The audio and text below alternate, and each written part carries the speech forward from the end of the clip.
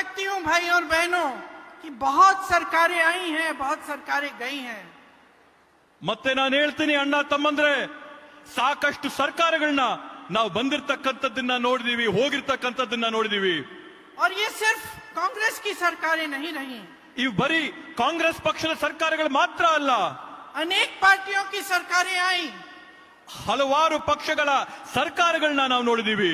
लेकिन आज तक ಆದ್ರೆ ಇವತ್ತವರೆಗೂ कोई ऐसी सरकार नहीं आई जिसका गृह मंत्री संसद में खड़े होकर बाबा साहेब अंबेडकर का अपमान कर सके. ಆದ್ರೆ ಇವತ್ತವರೆಗೂ ಯಾವೊಂದು ಸರ್ಕಾರ ನಾವು ನೋಡಿಲ್ಲ.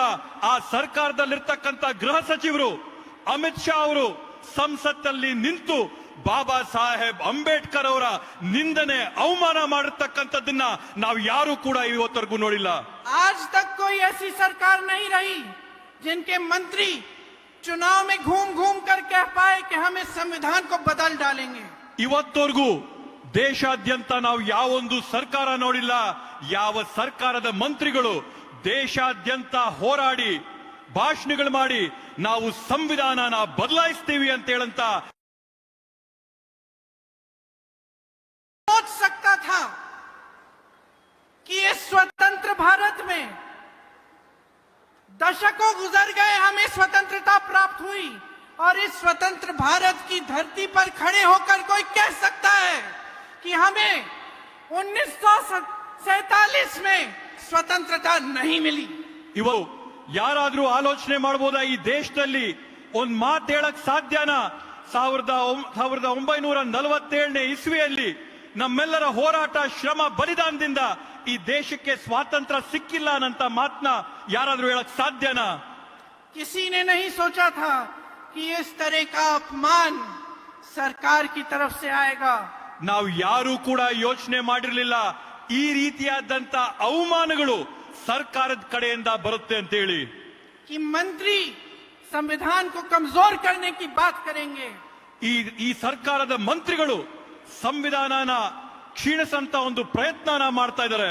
कि बाबा साहेब अंबेडकर जी जैसे गरीबों के मसीहा का संसद में अपमान होगा. ಬಾಬಾ ಸಾಹೇಬ್ ಅಂಬೇಡ್ಕರ್ ಅವರು ಯಾರೊಬ್ರು ಬಡವರ ದೇವರ ಸಮಾನರಾದಂತ ಪುರುಷರನ್ನ, ದೈವ ಪುರುಷರನ್ನ ಸಂಸತ್ತಿನಲ್ಲಿ ಅವಮಾನ ಆಗಂತದ್ದನ್ನ ನಾವು ನಿರೀಕ್ಷೆ ಮಾಡಿರಲಿಲ್ಲ.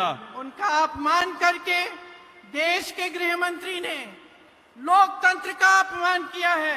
बाबा साहेब उन शहीदों का अपमान किया है जिन्होंने हमारे स्वतंत्रता संग्राम में अपनी जान दी इस देश के लिए.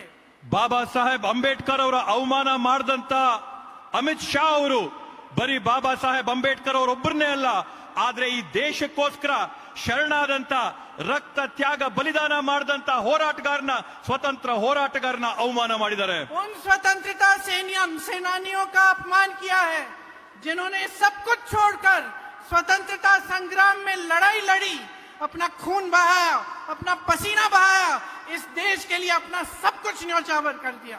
ಆ ರೀತಿಯಾದಂತ ಸ್ವತಂತ್ರ ಹೋರಾಟಗಾರರು ಯಾರು ಎಲ್ಲವನ್ನೂ ಕೂಡ ತ್ಯಾಗ ಮಾಡಿ ಬಿಟ್ಟು ತಮ್ಮ ಬೆವರು, ರಕ್ತ, ಬಲಿದಾನನ ಕೊಟ್ಟು ಈ ದೇಶಕ್ಕೆ ಸ್ವಾತಂತ್ರ್ಯ ತಂದ್ಕೊಟ್ಟಂತ ಆ ಮಹನೀಯರಿಗೆ ಇವರು ನಿಂತಿವತ್ತು ಸದನದಲ್ಲಿ ಅವಮಾನ ಮಾಡಿದ್ದಾರೆ.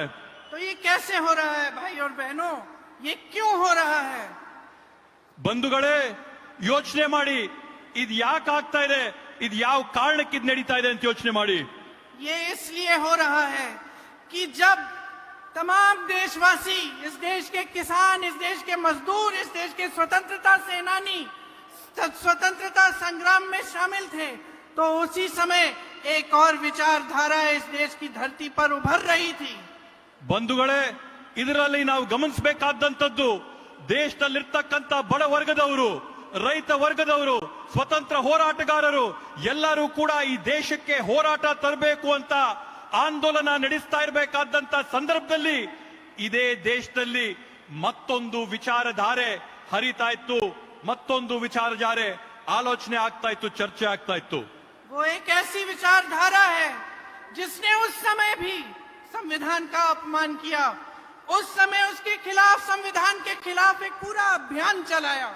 ಅದು ಯಾವ ತರದ ವಿಚಾರಧಾರೆ ಅಂತಂದ್ರೆ, ಆ ವಿಚಾರಧಾರೆ ಸ್ವತಂತ್ರದ ಸಮಯದಲ್ಲಿ ಕೂಡ ಸಂವಿಧಾನನ ವಿರೋಧ ಮಾಡಿದಂತದ್ದು, ಸಂವಿಧಾನದಲ್ಲಿರ್ತಕ್ಕಂಥ ಅಂಶಗಳನ್ನ ತಿರಸ್ಕಾರ ಮಾಡಿದಂತ ಒಂದು ವಿಚಾರಧಾರೆ ಅಂದಿನಿಂದ ಕೂಡ ನಡ್ಕೊಂಡು ಬಂದಿರತಕ್ಕಂಥದ್ದು.